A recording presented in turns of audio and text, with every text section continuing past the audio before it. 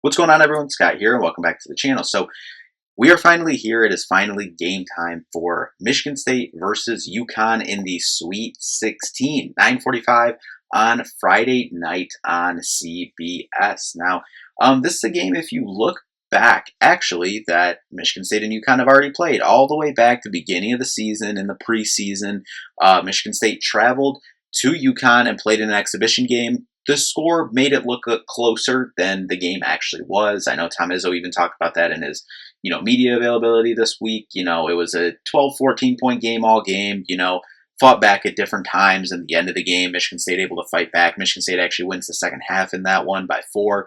Makes the score look a little bit better, but it was a 12, 14-point game. And obviously for Michigan State at that time, still kind of figuring everything out rotation-wise and, whatnot. And for UConn, they actually, even more credit to them, they were playing without Terrace Reed in that game. So that was obviously a big, he's their probably second, third best player currently. And then they were also playing without their star freshman on the team in Braylon Mullins in that game too. So Michigan State, early in the season, and that's what I like to do. That's why I'm glad this was an exhibition too. This didn't count towards Michigan State's record either, but you do have that film. You do have a little bit of familiarity, even though both teams are drastically different than what they were back the end of October in that game. But since then, obviously we know where Michigan State is, but UConn, they are 31-5 overall, 17-3 in the Big East, finished second in the regular season, and then lost in the Big East tournament as well to St. John's. So, who St. John's is also in this East region. Obviously, this East region is very, very tough. We talked about that from the beginning. Hall of Fame coaches, blue blood programs, top to bottom, and this matchup is no different whatsoever. But in UConn's run so far, they played 15th seed Furman, won that game 82-71. And then they played UCLA, the 7 seed, and won that game 73-57. And when you look at UConn in those games, in the Furman game, Terrace Reed, 31 points and 27 rebounds. 27 of their 44 rebounds. That's absolutely insane. Alex Karaban throws in 22 points as well. Braylon Mullins, 0 for 8 from 3, but he still gets 12 points in that one. And then you look into their UCLA game last time out, I guess, should you say, and Alex Karaban got it going. 27 points in that one. And then you go down the list. Braylon Mullins was able to hit a couple shots. He had 17. Terrace Reed still gets a double-double, 10 and 13. Jaden Ross gives him 11 points off the bench. So this is without a doubt going to be a challenge for Michigan State.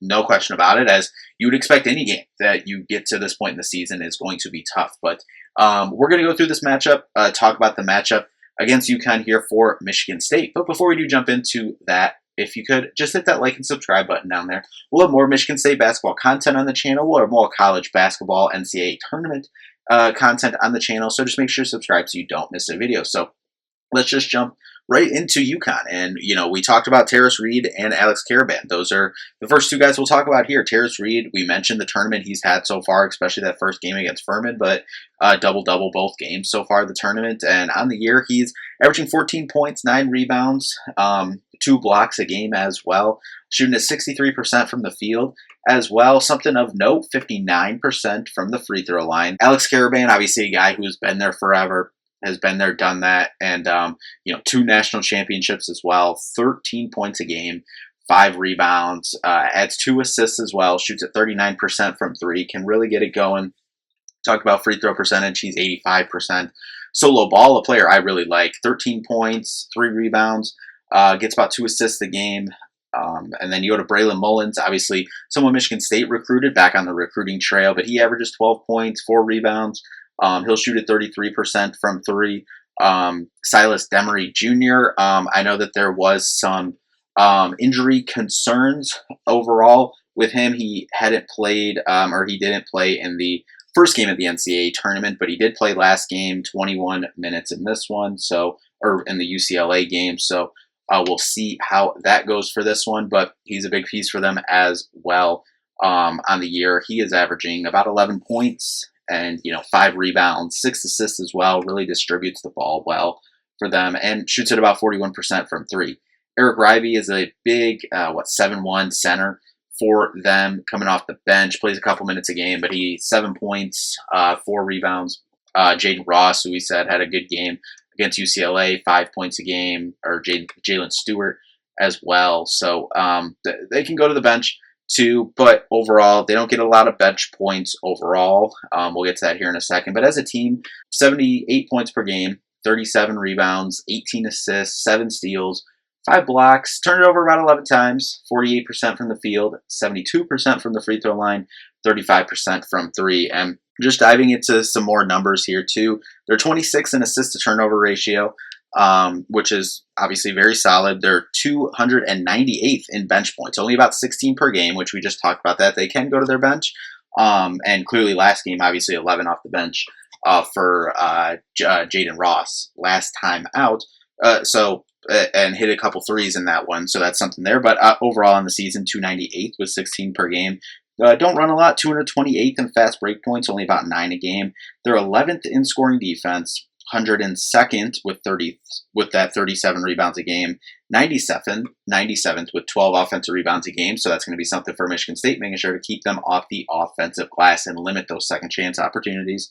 160th in 3-point attempts, 24 a game. 145th with 35% a game, and 138th with 8 3-pointers made per game.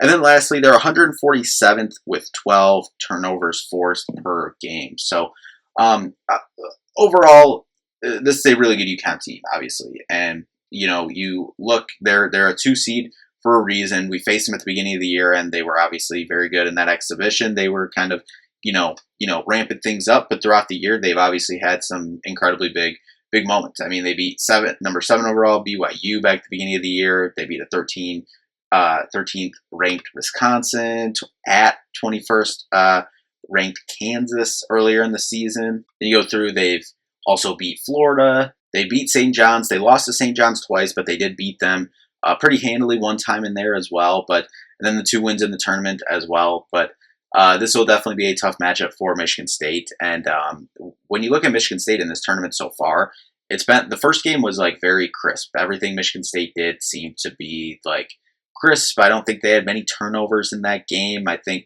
maybe some late. Carson Cooper had a good game, but you ended up finishing up with 12 turnovers, but I feel like some of that was, late. Carson had a good game that game, and then obviously Cohen Carr absolutely explodes in the Louisville game, but turnovers were a problem in that one. But Michigan State is going to need to bring their A game in this one, and I'm kind of curious with some of the defensive matchups. I think the interior defense on Terrace Reed is obviously going to be, something that is at the top of the list for Michigan State. I mean, a guy that drops 31 and 27 in a tournament game, I don't care who you're playing, is an absolute problem. So that's something they're going to have to address, obviously. And I think that's got to be top of the scouting report for Michigan State. And when you look at obviously like size and whatnot, Terrace Reed 6'10", obviously it seems like Carson Cooper would be, the size wise to go with Terrace Reed to try to disrupt him as much as possible. But, what do you kind of do then with Alex Karaban? Because he's someone who, kind of small ball for them, plays the 4 some.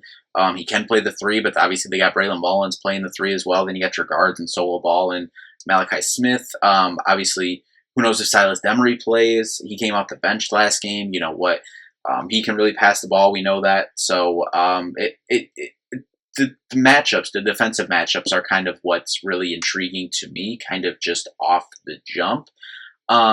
If you do go Coop on Terrace Reed, then that probably does that force Jackson to go on Alex Karaban. Then size wise, you'd probably say yes, 6'8", but then you got Alex Karaban can step out, hit threes. We know that, and it's like, oh, let's put him on a shooter in terms of Jacks. So it's like, oh, do you go with Braylon Mullins? But same thing. Braylon Mullins can move around the 3-point line and, get some shots. So we saw that. I mean, he was 0 for 8 the first game of this tournament. He'll get him up. And I think he was 2 for 6 the second game. So it's really curious kind of the matchup where we go. They might give up some size and go with Jackson on Terrace Reed. I'm curious, and it won't even really be that much size. I mean, Jack's listed at 6'9", Terrace Reed 6'10", so it's not that much size, but that's kind of the first point of curiosity where I go. But then that kind of leads into, what do you do with Alex Caravan? Do you go with Coop on him? If you're going to go Jax on Terrace Reed, or I feel like those need to match up given the other personnel that UConn has. So then if that's the case, you go with Coop there. Then I feel like you can go Cohen there as well. I think we heard Tom talk a little bit about, Cam Ward off the bench, probably get some minutes on Alex Caravan as well. So that's kind of intriguing what you do with that. If not, then you probably move Cohen to Braylon Mullins then, and then you go Jeremy either on solo ball or Malachi Smith. I'd say probably Malachi Smith. Size-wise, solo ball is a little bit bigger, and I really like how solo ball can kind of create, his own shots. Hasn't had, the best tournament so far. In the UCLA game, he only had, he was 0 for 5 from the field, and he only got 5 shots up. They were all threes. You look at the Furman game. What did he do in that game? He was 9 points, 3 for 12, 1 for 6. So I'm really curious what you do there. If you if you want Jordan Scott on Malachi Smith, if he's going to be the ball handler for UCL or for UConn, and if you want someone like Jordan Scott on him, or if you want to just go with Jeremy on him, obviously both good defenders. Jordan obviously maybe a little bit longer. So if you want him on solo ball, and then Jeremy just on Malachi Smith, I'm curious how that works out. But I think that's the biggest thing going in that I'm looking at is the defensive matchups. But I think Cam Ward will play a big part in this. We've kind of heard that throughout the week as well. That Cam Ward can play a big part, especially what he can do defensively. Tom talked about how he can move defensively as well. So Cam Ward is going to be a big part of this game. Some other keys here, you cannot turn the ball over. You got to stay within that 8 to 12. And truthfully, in this game, you're going to need your A game. You're going to have to stay closer to 8 to 10, in that range. You can't be throwing the ball around the court. I think it's 12 and 15 turnovers the first 2 games. What did you have the Louisville game? I think it was 15. 15. You can't have that and expect to win this game. Michigan State's been shooting the ball better from 3 over the last little bit here. That'll have to continue in this game. You're gonna need to be solid from 3. You're gonna need to hit, probably kind of the same as I said with turnovers. You're probably gonna need 8 to 10 threes or so. If you get a little more, that'd be fantastic. But it comes down, Kerr, Trey, as obviously been stepping up in his moment. Trey Ford. Jordan Scott, if he can get some shots to knock down. I really like what Tom said this week, that he kind of took accountability and was like, hey, coach, I messed up on some things, and, was hard on himself, which, is a good thing. As Tom said, if you can self-evaluate and he see oh, I got to do this, and, hopefully he can adjust. Obviously, freshman, first 2 games, first weekend in the NCAA tournament. Cam Ward, still the same, and I think the freshmen are both going to be huge, key pivotal points in this game, but you're going to need to be solid from 3. But I think the bigs down low, like what you're able to do against Terrace, and, whoever Terrace isn't on, if Caravan's on someone, that needs to be, I think, part of the offensive game plan. Yes, you're going to have to hit some threes. You don't want to look threes. You still want to go pound the paint. Yes, but whoever Alex Caravan is, I want to go. He's a solid defender. Do not get me wrong, but, just given size-wise, I want to go right there. Whether that's Jackson, we're going to the post. If they double, then okay, then we're swinging the ball looking for threes. If they're not doubling, Jax, go to work and go to post works, get to the thing. If Caravan is switched on, say Coop or something like that, then hey, we're straight, clear the side, pick and roll, and lobs to the basket. That needs to be an offensive game plan, I think, for Michigan State, pounding the paint against UConn's front court. And that's kind of what I think this game is going to come down to. If you can defend them, they're obviously, we talked about how solid they are across the board. They're solid on 2-point percentage. They're 25th in the country in 2-point percentage. Offense, they're 137 3-point offense, which is still okay, which is solid. But you'd much rather force them to hit threes than to get twos, like their percentages say. So trying to force them into some tough threes, though, but they do have guys that can hit them. So that's kind of the dangerous thing, though, kind of playing between the two, but just make them take tough threes and make it tough for them when they come in the paint as well with that defense. And then overall, for Michigan State, stick together, defend, rebound, run. You're 40 minutes away from going to an Elite Eight. This is going to be an incredible game, and I cannot wait. But we'll head over to Bart Torvik. Bart Torvik has UConn as the number 9 team in the country, 27th adjusted efficiency offense, 13th adjusted efficiency defense. Bart Torvik currently for Michigan State has them as the number 11 team in the country, 25th adjusted efficiency offense, 14th adjusted efficiency defense. Currently, Bart Torvik has this as a 69-68 Michigan State loss in this one. So hopefully that's wrong.